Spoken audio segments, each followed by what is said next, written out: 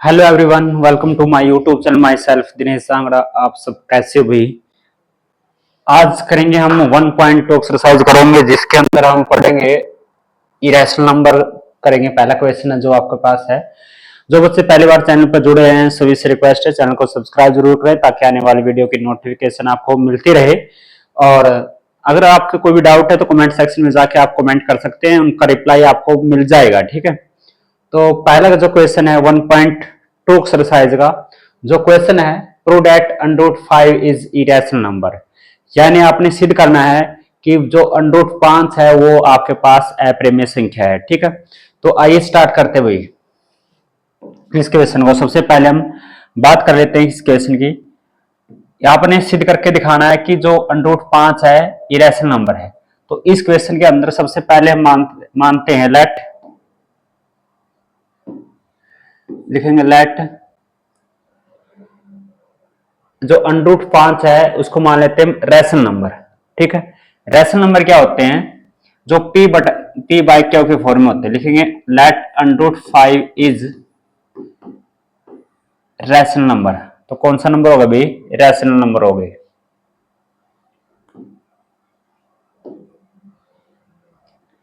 तो कौन से नंबर हो गए?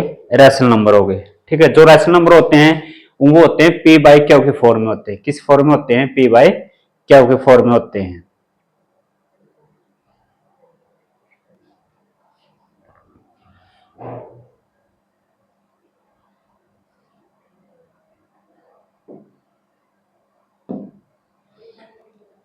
लिखेंगे लेट √5 इज रैशनल नंबर। तो कौन सा नंबर लिख लेते हैं? रैशनल नंबर है। ठीक है, जो रैशनल नंबर होते हैं p बाई क्यू के फॉर्म में होते हैं। p by Q, Q not equal to 0, p and Q are coprime number.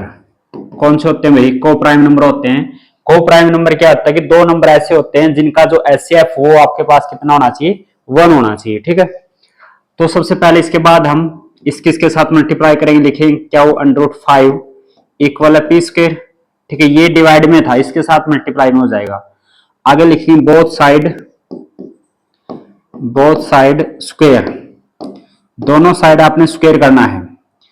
Q √5 का स्क्वायर लिखेंगे और इस साइड लिखेंगे p का स्क्वायर। अब यहां पर है क्यू √5 है, इसका आपने स्क्वायर करना है। तो क्यू का तो होगा आपके पास क्यू स्क्वायर, और जो √5 है √5 का कितना होगा? 25। 25 किसका स्क्वायर रूट होता है? 5 का। तो लिखेंगे 5 क्यू स्क्वायर इक्वल है p स्क्वायर। ठीक है, इसका मतलब ये होगा कि 5 क्यू स्क्वायर है जो किसके बराबर है आपके पास? वो p स्क्वायर के बराबर है। ये 5 मल्टीप्लाई में साइड क्या हुआ? डिवाइड में है। ठीक, तो हम लिख सकते हैं इसके बाद p square is divisible by 5। क्योंकि जो p स्क्वायर है वो 5 से भाग होता है। तो लिखेंगे p is also divisible by 5। जो p स्क्वायर है वो 5 से डिवाइड होता है, तो इस केस में p भी किससे डिवाइड होगा? 5 से होगा। अब आपने ये करके दिखाना है कि p तो हमने बता दिया कि 5 से डिवाइड होता है, क्यू को भी हम बताएंगे इसी प्रकार से। तो लिखेंगे हम, मान लेते हैं लेट p बराबर है 5r में मान लेते हैं। क्या मान लेते हैं? 5r। r आपके पास क्या है? एक इंटीजर है। r is different integer. ठीक है, जो r है 5r है, ये एक डिफरेंट इंटीजर है। ठीक है, तो अब आपने क्या करना है? जो 5 है, ये जो p बराबर 5r है, इसकी वैल्यू यहां पर रखेंगे, इक्वेशन नंबर फर्स्ट के अंदर रखेंगे। ठीक है, तो लिखेंगे 5 क्यू स्क्वायर इक्वल है p। p की वैल्यू आपके पास कितनी है? 5r, और वहां पर क्या है? स्क्वायर, तो यहां पर भी स्क्वायर करेंगे। 5 क्यू स्क्वायर इक्वल है 5 का स्क्वायर 25, और यहां पर कितना होगा? r square.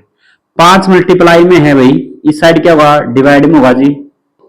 डिवाइड में ले जाते इसको, 5 से डिवाइड करेंगे तो लिखेंगे क्यू स्क्वायर किसके बराबर होगा? 5r स्क्वायर के। यानी जो क्यू स्क्वायर है किसके बराबर है? 5r स्क्वायर के है। 5 मल्टीप्लाई में तो इस साइड क्या होगा? डिवाइड में। तो हम इसको लिख सकते हैं कि जो क्यू स्क्वायर है, Q square is divisible by 5। जो क्यू स्क्वायर है वो किससे डिवाइड होता है? 5 से डिवाइड होता है। तो जो आपके पास क्यू है, Q is also divisible by 5। जो 5 है, जो क्यू स्क्वायर है वो 5 से डिवाइड होगा, और क्यू भी किससे डिवाइड होगा? 5 से डिवाइड होगा। किससे डिवाइड होगा भी?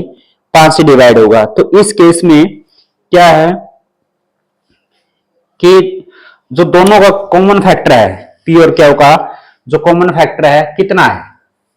5 है। कितना है? 5 है। तो लिखेंगे हम P एंड Q आर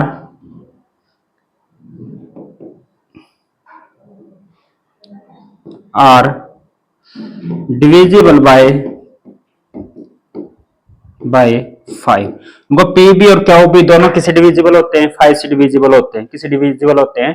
5 से डिविजिबल होते हैं। तो लिखेंगे देन कंट्राडिक्शन। ये क्या है आपके पास? कंट्राडिक्शन है कि जो आपके पास P है एंड Q है are no common factor, no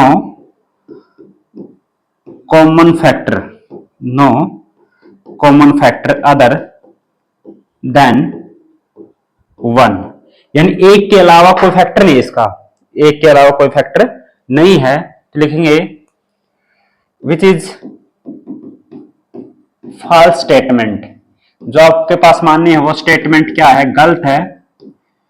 तो लिखेंगे √5 इज इरेशनल नंबर। जो √5 है वो कौन सा नंबर होगा? इरेशनल नंबर होगा। ठीक है, आप इस तरीके से इक्वेशन कर सकते हैं। √2 का, √3 का, √5 का, √6 का, 7 का ऐसे कर सकते हैं। तो सबसे पहले देख लेते हैं दोबारा। Prove that √5 is irrational number. तो क्या करना था भाई? तो सबसे पहले मान लेते हैं कि रैशनल नंबर है। जो रैशनल नंबर होते हैं P बाई Q के फॉर्म में होते हैं। Q not equal to 0, P and Q are coprime number. अब यहां पर मल्टीप्लाई में तो यहां पर डिवाइड में होगा, या डिवाइड में सॉरी मल्टीप्लाई में। तो Q1√5 इक्वल P, तो दोनों साइड आपने स्क्वायर करना है। तो यहां पर होगा 5Q square equal P square के।